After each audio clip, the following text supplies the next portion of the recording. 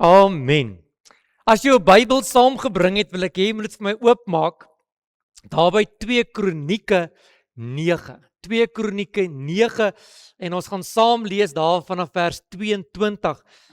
En ek praat vanmôre 'n bietjie met jou oor die tema Salomo se wenke deel 2. Nou as jy nie verlede Sondag hier was nie, moenie bekommerd wees nie. Ons sal dit vir jou uitstuur. Maar hier is een van daardie preke wat jy nie net met jou ore moet hoor nie, maar jy moet met jou hart dit hoor. Jy moet nie net vanmôre 'n hoorder word van hierdie boodskap nie, maar jy moet ook 'n dader word. En daarom wil ek vanmôre so 'n bietjie aangaan. Ons het verlede week begin met 'n kort reeks oor Salomo se wenke en ons gaan vanmôre daarmee klaarmaak. Maar wat is 'n wenk? Ek wil gou vir jou sê wat die Woordeboek sê. Hy sê 'n wenk is goeie raad of 'n goeie voorstel wat iemand met meer kennis en meer wysheid na my toe bring, met die doel om my te help om 'n situasie beter te hanteer of om beter te kan leef. Wie kort wenke? Ek weet nie van jou nie, ek kort verseker 'n paar wenke. En dan het ons verlede Sondag begin om so 'n bietjie in Salomo se wenke rond te blaai. Daar's oor die 3000 wenke en ek het regtig gaan soek vir die beste wenke om vanmôre vir jou te gee, sodat ek en jy kan opbou om te oorleef, maar dat ons by 'n plek kan kom waar ons kan begin om te leef. Nou my ma het altyd gesê, ek wens my kinders wil na my luister en doen wat ek sê, en dan kom ek op 'n stadium in my lewe dan sê ek wens tog ek het gedoen wat my ma gesê het, of ek wens tog ek het geluister na my ma. Nou Debbie, jy lag lekker, jy weet waarvan ek praat. Nou hierdie is een van daardie preke, dat jy gaan as jy oud word, gaan jy sê, plaas het ek maar op hierdie Sondag na Salomo se wenke geluister, want hierdie is regtig raad, wat jou gaan help om net beter te leef en om te word dit wat God oor jou beplan het en wat God oor jou droom. Nou, ek weet en ek weet dit met my hele hart, dat Salomo het nie hierdie wenke net geskryf vir die volk nie, hy het dit ook geskryf vir my en vir jou. En ek wil hê jy moet vanmôre saam met my lees daaruit 2 Kronieke 9, ons gaan 'n hele paar verse lees. Dis die laaste hoofstuk van Salomo se lewe, en as jy 'n plek het, sê saam met my amen. Vers 22, hy sê, en so het Salomo dan groter geword as al die konings van die aarde in rykdom en in wysheid. En al die konings van die aarde het die aangesig van Salomo gesoek om sy wysheid te hoor wat God in sy hart gegee het. Stop gou daar. Hoor gou, wat God in sy hart gegee het. Salomo het nie kennis gehad nie, hy het goddelike wysheid gehad wat God in sy hart gegee het. Vers 24, terwyl elkeen van hulle sy geskenke saamgebring het, silwer voorwerpe en goue voorwerpe en klere, wapens en speserye, perde en meule jaar vir jaar. Verder het Salomo 4000 perdekrippe gehad en strydwaans en 12.000 ruiters, en hy het in die stede sy waans by die koning van Jerusalem opgestel. Vers 26. En hy was die heerser oor al die konings van die Efraat af tot by die land van die Filistyne en tot by die grens van die Egipte. Verder het die koning die silwer in Jerusalem gemaak soos klippe en die seders gemaak soos die wilde vyebome wat in die laafveld is in menigte. En hulle het Salomo perde uit Egipte en het al die lande uitgevoer. Vers 29. En die verdere geskiedenis van Salomo, die vroeër en die latere, dit is beskrywe in die geskiedenis van die profete van Nathan en in die profete van Aja, die Sinoniet, en in die gesigte van die siener van Jedai, oor Jeroream, die seun van Nebat. En Salomo het in Jerusalem oor die hele Israel 40 jaar geregeer, en daarna het Salomo met sy vader ontslaap en is begrawe in die stad van sy vader Dawid, en sy seun Rehabeam het in sy plek koning geword. Sjoe, 'n mond vol, 'n koning wat met wysheid baie dinge reg gekry het. Ek wil amper vir jou sê, na hom was daar nog geen koning wat kon gedoen het wat hierdie koning gedoen het nie.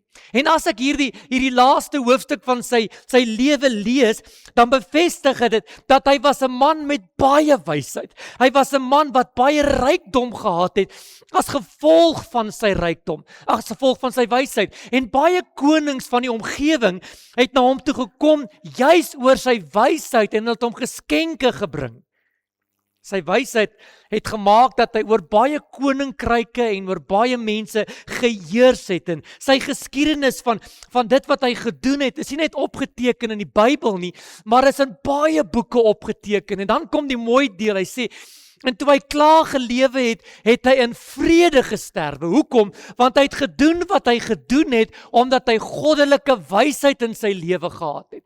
En toe ek dit lees, toe besef ek net weer, ek en jy gaan ten gronde weens 'n gebrek aan kennis, omdat ons nie goddelike wysheid en goddelike kennis in ons lewens het nie. Okay, nie julle nie ek. En daarom wil ek vanmôre aangaan met die tweede deel oor die wysheid en die kennis van Salomo. So wat weet ons? Vinnig, nommer 1. Ons het verlede week gesê, dat Salomo se eerste wenk was, dat ons die Here moet vertrou met ons hele hart. Die tweede een is, dat ek en jy ons hart moet bewaar. Nommer 3 was, dat ek en jy moet ophou om te skree daar buite. Ons moet met 'n sagte woord mense bereik. Nommer 4, dat ons planne, dit wat ons wil doen, in God se hand moet sit. Nommer 5, baie belangrik, dat jy moet allereers jou hart aan die Here gee. As jy jou hart aan die Here behoort, dan val al die ander goed outomaties. En dan het ons afgesluit met nommer 6, yster slyp yster. Wie het al hierdie goed probeer die week? Ek het 'n paar WhatsApps gehad en sê hulle, pastoor, dis nie so maklik nie. Ek was vandag by die lisensiekantoor en die sagte woorde het maar moeilik oor my mond gevloei. Maar dit is goeie wenke. En as jy hierdie wenke gaan toepas, kan ek jou vanmôre beloof, gaan jy 'n beter mens aan die kant uitkom. Amen. Nommer 1. Wat is Salomo se wenk vir die dag? Salomo sê, in my eerste punt vir die dag, moenie dat sondaars jou verlei nie. Sjoe. Hy skryf in Spreuke 1 vanaf vers 10, sommer baie vroeg in sy lewe. Hy begin die woorde dan sê hy, my seun. En ek het verlede Sondag ook vir jou gesê, die oomblik wat Salomo praat oor my seun, dan praat hy met 'n vaderhart. Hy praat met iemand wat vir hom so erg is soos wat sy seun is. Hy wil hê dit moet goed gaan met hierdie persoon. Hy wil hê dat hierdie persoon moet sien dat Salomo is besig om vir hom om te gee, net soos wat 'n vader omgee vir sy seun. En dan sê hy, my seun, as sondaars jou wil verlei, moet jy nie toegee nie. As sondaars jou wil verlei, met ander woorde, daar's 'n keuse wat ek en jy moet toepas. Daar's iets wat ek en jy moet doen. Ons moet 'n ja of 'n nee gebruik. En Salomo sê, in hierdie lewe waarin hy geleef het, was daar baie versoekings en baie mense wat na hom gekom het toe.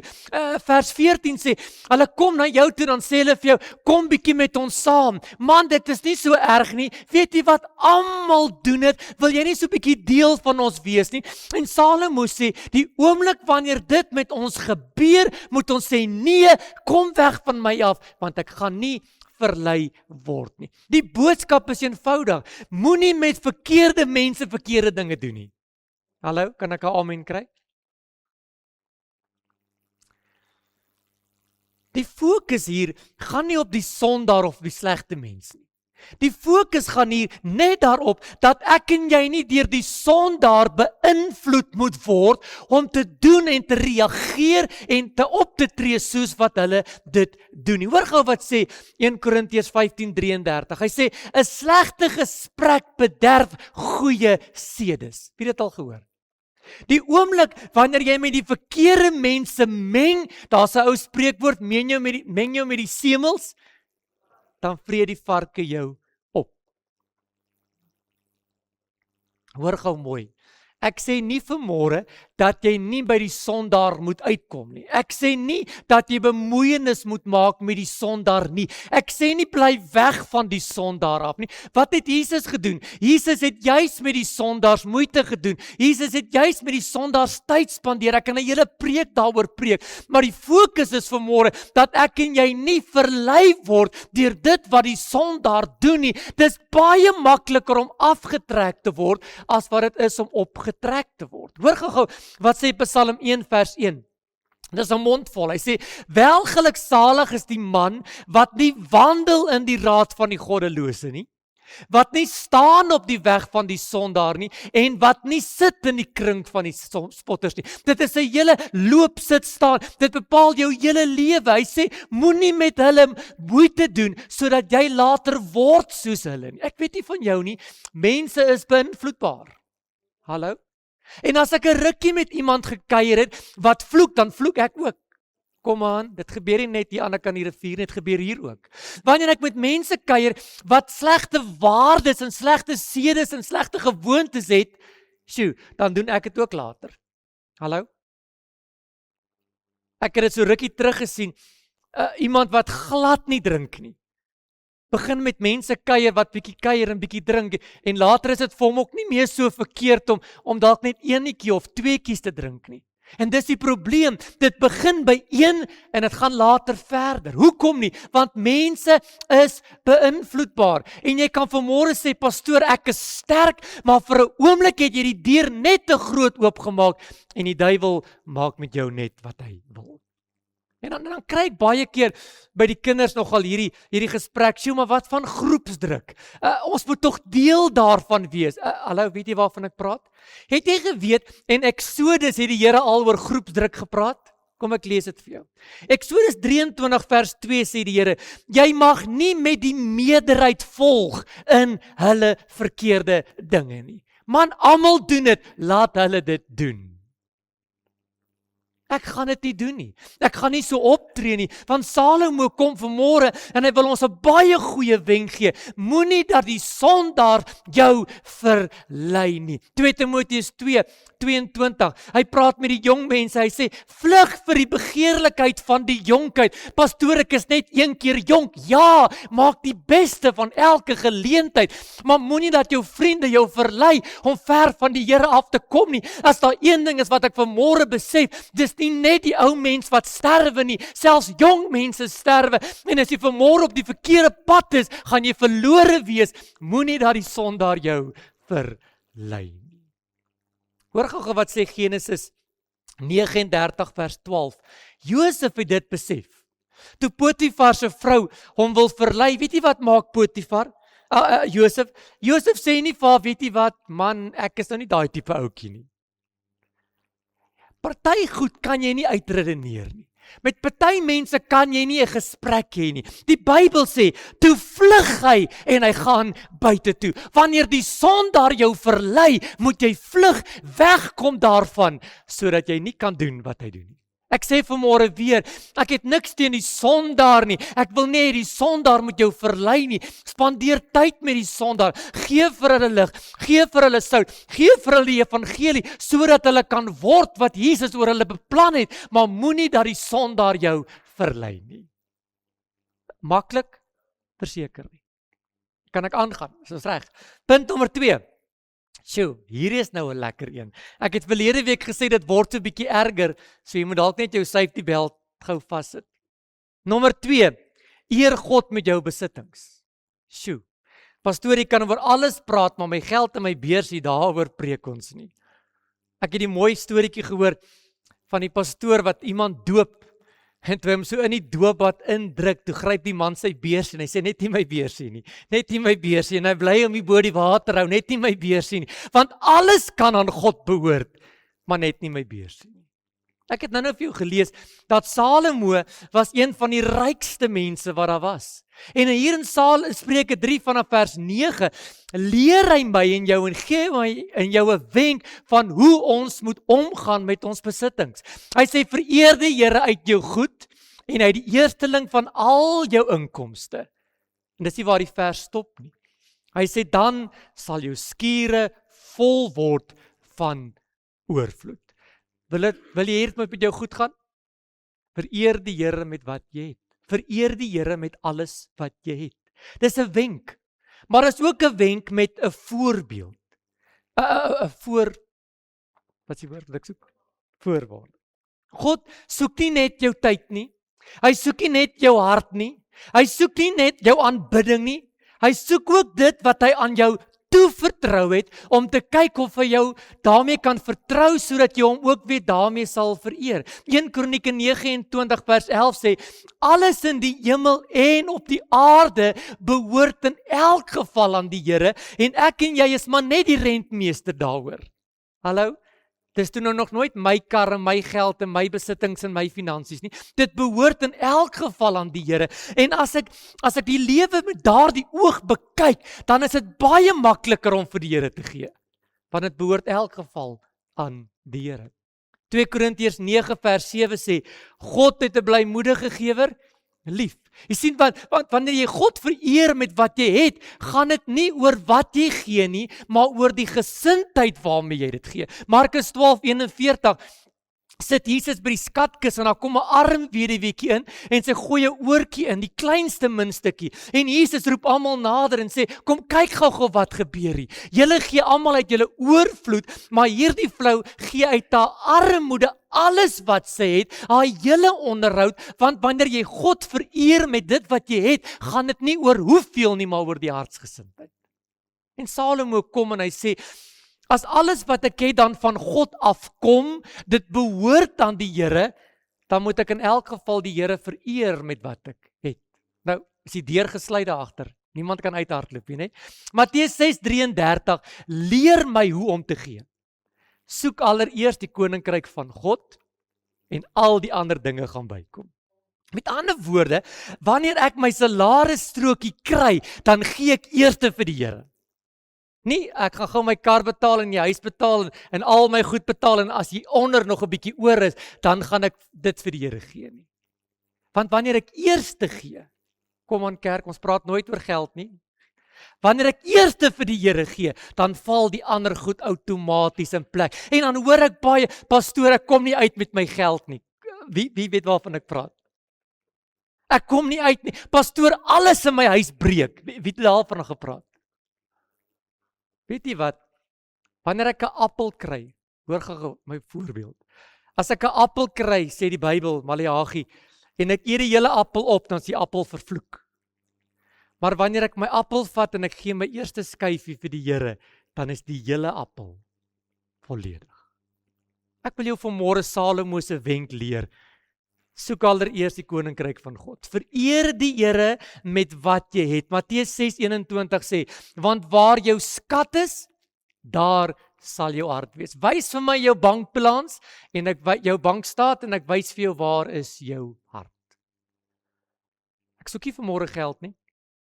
Ek vra vanmôre dat jy Salomo se wenk sal gebruik. Hoor gou wat sê Maleagi 3 vers 8. Hy sê, beproef my hierin. Het jy geweet, is die enigste plek in die Bybel waar die woordjie beproef staan. Hy sê, beproef my hierin, of ek nie die vensters van die hemel vir jou sal oopmaak nie, of ek dit nie oor jou oorvloedig sal laat reën nie. Hy sê, ek sal die springkaan vir jou afweer, jou wynstok sal vrugbaar wees, en nasie sal jou gelukkig ag, sê die Here, as jy my vereer met dit wat ek alreeds vir jou gegee het. Is dit maklik? Nee. Is dit iets waaraan jy moet werk? Verseker. Maar is 'n wenk wat Salomo vir my en jou wil gee. Moenie dit sondaars jou verlei nie. Eer God ook met jou besittings. Nommer 3. Julle kan die deur weer oopsluit. Nommer 3.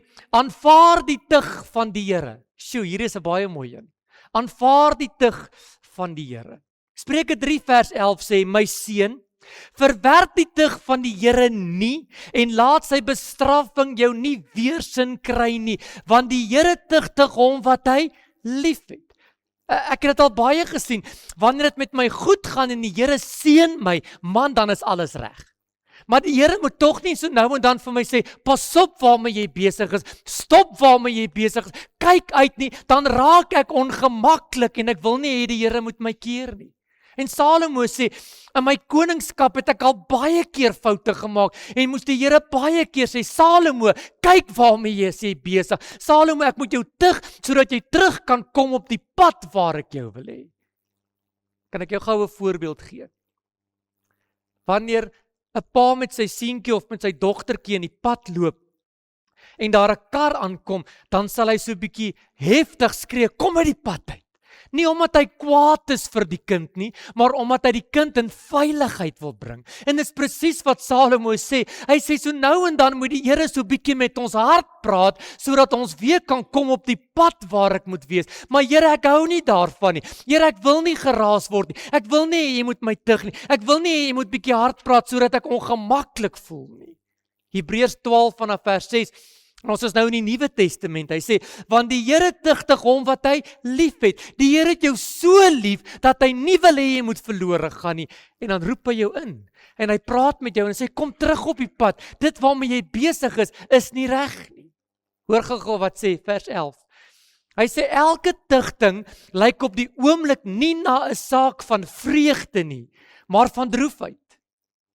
Lank lewer dit egter 'n vreedsame vrug van geregtigheid. Ek verstaan nie, Here, hoekom jy hierdie goed uit my lewe uitgesif het nie. Ek verstaan nie hoekom jy hierdie goed afgesny het uit my lewe uit nie. Ek verstaan nie hoekom jy die deur toegegaan het nie. Ek verstaan nie hoekom 'n paar goed gebeur het nie.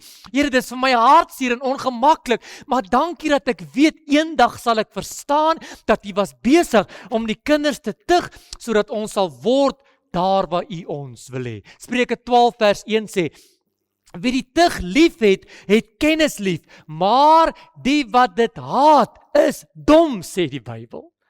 En daarom moet ek en jy bid en sê, Here, help my. Toe ons op skool was, nou ek was 'n engeltjie op skool. Onthou ek van die ander kinders se ma's het gesê, juffrou, as my kind stout is, slaan hom. Jy kan dit nie nou doen nie. En ek wil amper op 'n plek kom met groot respek en sê, Here, as ek dan stout is, tug my. Hoor my hart, hier is 'n baie ernstige ding. Here, as ek nie is waar U my wil hê nie, tug my, I surrender all. Here, kry my net terug op die pad, sodat ek met droefheid dalk die pad kan loop, maar eendag die vreugde kan kry. Hallo? Maak dit vir jou sin? Johannes 15 vers 2 sê, elke loot, ek het nooit hierdie vers verstaan nie. Elke loot wat alreeds vrug dra, maak hy skoon. Hoekom? Sodat hy meer vrug kan dra. Here, ek is op 'n plek, ek dra vrug en dan sê die Here, maar daar's goedjies by jou wat ek moet afval. Sodat hoekom? Sodat jy kan meer vrug dra, sodat jy kan beter wees, sodat die gawes meer deur jou kan vloei, sodat die Heilige Gees meer deur jou kan werk. Here, help my sodat ek kan word dit wat U oor my beplan. Salomo se wenk is eenvoudig. Wanneer God my tug, moenie vlug nie, moenie kwaad word nie, moenie jou hart verhard nie, luister eerder, bekeer, verander, vertrou die Here, hy weet beter. Ek weet nie, hierdie wenk is nogal vir my iets om aan te werk. Nommer 4, vrees die Here. Sjoe. Ek het in die begin van die jaar 'n hele reeks daaroor gepreek en as jy daai Spreuke nog iewers te kan kry, asseblief, luister dit oor en oor. Spreuke 9 vers 10 sê, die vrees van die Here is die beginsel van wysheid. Salomo sê, man, as jy wil baie slim wees, vrees die Here. Vrees die Here. Vrees beteken nie dat ek is bang vir die Here nie, dat ek soos Adam en Eva hier onder die vye blaartjies moet wegkruip as die Here naby my kom nie. Dit beteken dat ek ontzag vir die Here het, dat ek eerbied vir die Here het, dat ek met waardigheid na die Here toe kom, dat ek 'n begeerte het om God te aanbid vir wie en vir wat hy is, die koning van die koning. Self Dawid, Salomo se pa, skryf in Psalm 111 vers 10, die vrees van die Here is die beginsel van wysheid. Suid-Afrika, die wêreld hartbeesfontein, het hulle vrees vir God verloor. Ek en Ilse praat baie daaroor. Jy kan amper nie meer 'n fliek op TV kyk sonder dat die God wat ek aanbid se naam uitelik gebruik word nie, want daar's nie vrees nie. Daar's nie ontzag vir die Here nie. Daar's nie respek vir die Here nie. En hier kom Salomo en hy sê, ek wil jou een wenk leer, en al vergeet jy al die ander, onthou hierdie een. God moet gevrees word. Hy moet met waardigheid aanbid word.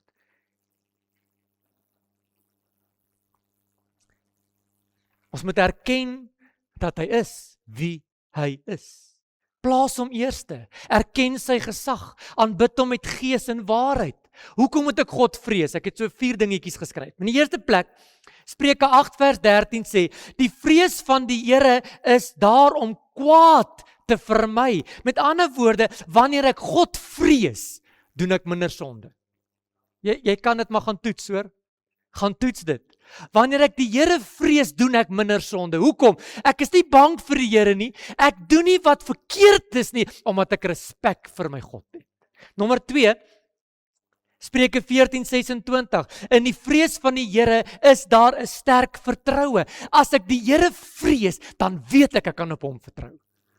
Hallo, ek kan nie op ons president so lekker vertrou nie. Ek kan nie op ons regering, gaan ons die preke uitstuur. Ek kan nie so lekker die regering vertrou nie. Man, ek sien in die week, ek kan nie eers die skoolhoof mee vertrou nie. Maar wanneer ek vrees vir die Here het, dan weet ek kan hom vertrou. Want daar's 'n verhouding wat tussen my en God is. Ek leer om sonder die sonde klaar te kom en ek leer om nader aan die Here te kom, want ek weet waarvoor God staan. En nommer 3, Spreuke 14:27 sê, die vrees van die Here is 'n fontein van lewe. As ek God vrees, lewe ek. Hallo, pastoor, ek voel dood binne in my. Wie het dit al gesê? Kom aan. Pastoor, ek het niks om voor te lewe nie. Pastoor, alles lyk donker en moedeloos. Ek voel depressief. Daar is niks wat vir my lig gee in my lewe nie. As jy uitkom by God en God begin vrees vir wie hy is, sê die Bybel, dis 'n fontein van lewe in jou binneste. Die laaste een, Spreuke 22 vers 4. Hy sê die loon van die nederigheid is die vrees van die Here en hy kry rykdom, eer en 'n lang lewe. Ek praat nie van finansies wanneer ek van rykdom praat nie.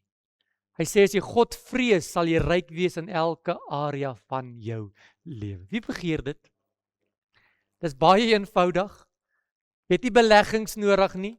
Jy het nie slim planne nodig nie. Vrees net die Here. Spreuke 15:16 sê, liewer 'n bietjie met die vrees van die Here as 'n groot skat met kommer en hartseer daarbey. En ek kies vanmôre om op 'n plek te kom en te sê, Here, ek vrees Jesus. Kan ek jou aansien? Ek gaan regtig daai preke in die week soek, as jy dit wil hê, sal ek dit vir jou stuur. Die Here moet gevrees word. Nommer 5. Ek sien ek het nog baie tyd, so ons kan dalk aangaan. Nommer 5. Werk hard. Werk hard. Spreuke 10 vanaf vers 4 sê, hy wat arm, kom ek sit my bril op. Hy word arm wat met 'n trae hand werk, maar die hand wat vlytig werk, word ryk. Salomo, ek dink hy het ook wanneer hy die tempel gebou het en wanneer hy goed gebou het, dan het hy gesien, daar's maar altyd iemand wat so bietjie traag is om te werk. Altyd iemand wat so bietjie in die agterkant werk en hy is nie so lekker lus vir die werk. En Salomo sê, ek wil jou 'n slim wenk gee, terwyl jy op aarde is, werk hard. Nou sê jy, pastoor, werk is nie lekker nie. En werk is 'n vloek. Die Here het gesê, in die sweet van jou aangesig sal jy brood verdien, maar ons vergeet dat Adam en Eva het in die tuin gekom, dit was hemels in die tuin, en God sê, julle gaan nie net hier sit nie, julle moet die tuin bewerk, en julle moet die tuin bewaar, julle het 'n paar dinge om te doen, selfs in die tuin van Eden, was daar gewerk gewees, en Salomo sê, werk is deel van die lewe. Werk is deel van die lewe. Spreuke 6, vanaf vers 8 sê, luiaard, gaan na die muur toe en word wys. Hy het nie 'n koning nie, hy het nie 'n aanvoerder nie, maar wanneer die winter kom, is sy skure alreeds vol van die kos. Hoekom? Want hy het hard gewerk toe dit nodig was. Spreuke 12:24 sê, die hand van die vlytiges sal heers, maar die traagheid lei tot diensbaarheid. As jy reg is om te werk, sal jy heers op die aarde. As jy lui is, word jy niks anders as 'n slaaf van jou omstandigheid. Ek weet werk is nie lekker nie. Ek moet ook vir Ilse so in die oggend as by die bedtyd skop en sê, jy moet gaan werk, staan nou op. Dis al 6:00, dis 5:00, staan. Ek weet dit is nie lekker nie. Maar Kolossense 3:23 leer my iets. Wat julle ook al doen, doen dit van harte soos vir die Here en nie vir mense nie. Of ek nou op die plaas is, of ek in die kantoor is, of ek in die fabriek is, of ek by die garage is, of ek in die huis is, alles wat ek doen, doen ek asof ek dit vir die Here doen. En weet jy wat, dan doen ek dit met 'n ander gesindheid. Ek doen dit toe nou nie vir my baas nie, ek doen dit nie vir die werkgewer nie, ek doen dit vir die Here. Spreuke 21 vers 5 sê, die plan van die vlytige het altyd voordeel. As jy ywerig is om te werk, sal daar altyd voordeel wees. Ek het so 'n paar versies neergeskryf. Spreuke 13 vers 4 sê, die siel van die luiaard begeer net, maar daar kom niks van nie. Ken jy ook sulke mense? Ek droom van 'n huisie by die see, en ek droom van dit, en ek droom van die. Ek het vir jou werk, kom werk by my. Nee, ek droom nog so 'n bietjie. Spreuke 14:23, in al jou moeitevolle arbeid is daar 'n voordeel. En as jy môre met 'n moeitevolle hart moet gaan werk, kom aan. Die Bybel sê daar's 'n voordeel. Daar's 'n voordeel. Hoor gou wat sê Spreuke 22:29. Ek weet daar's baie versies, ek wil net gou iets vir jou tyds bring. Het jy 'n man gesien wat vaardig is in sy werk? Hy sal voor konings te staan kom. 2 Tessalonisense 3 vers 10. As iemand nie wil werk nie, moet hy nie eet nie. 1 Tessalonisense 4 vers 11. Om rustig te lewe, julle eie sake te behartig en met jou hande te werk. As ek nou al hierdie goed lees, werk maak toe nou nie dood nie. Werk is voordelig. Salomo sê, moenie lui wees nie. Werk, staan môre op, en as jy opstaan en sê, hier's ek is reg vir hierdie dag. En doen wat jy doen, asof jy dit vir die Here doen. Man, as jy hierdie beginsel vir jou kinders kan leer vandat hulle klein is, gaan Suid-Afrika die beste land wees waarin jy kan bly. Want ek doen nie wat ek doen vir my paycheck nie. Ek doen dit want God het my die gawe gegee. Ek is amper klaar. Nommer 6. Kies jou vriende reg. Eina. Spreuke 13:20 sê die volgende: wie met wyse mense omgaan, word ook wys. Maar die metgesel van 'n dwaase ondervind skade. Die mense met wie jy die meeste tyd spandeer, is hoe jy gaan word. Kom aan. Hoekom? Gees smeer af. Gees smeer af. Jy word soos die een met wie jy tyd spandeer. Dit is hoekom man en vrou, wanneer hulle al 10, 20 jaar getroud is, dan maak hulle mekaar se sinne klaar en hulle weet presies wat die ander een dink, want die gees het by mekaar gekom. En ek wil jou vanmôre goeie raad gee. Kies jou vriende reg. Kies jou vriende reg. Spreuke 12:26 sê, die regverdige kies sy vriende sorgvuldig. Daar's 'n ou spreekwoord, hou jou vriendelikheid goedkoop, maar hou jou vriendskap duur. Kies jou vriende. Kies met, en ek sê nou nie, jy moet neus in die lug loop, en as iemand by jou wil kom kuier, dan sê nee. Nee. Ja, julle gaan dit doen. Dis nie wat die Bybel sê nie. Wees met almal vriendelik. Kuier met almal, maar jou vriende moet jy mooi kies. Weet jy wat Jesus doen het? Markus 3 vanaf vers 14 sê die volgende. Hy sê, en hy het 12 aangestel, hoor gou die mooi woorde, sodat hulle saam met hom kan wees. Kan ek gou vir jou vra, wie is saam met jou? Wie hoor jou hart?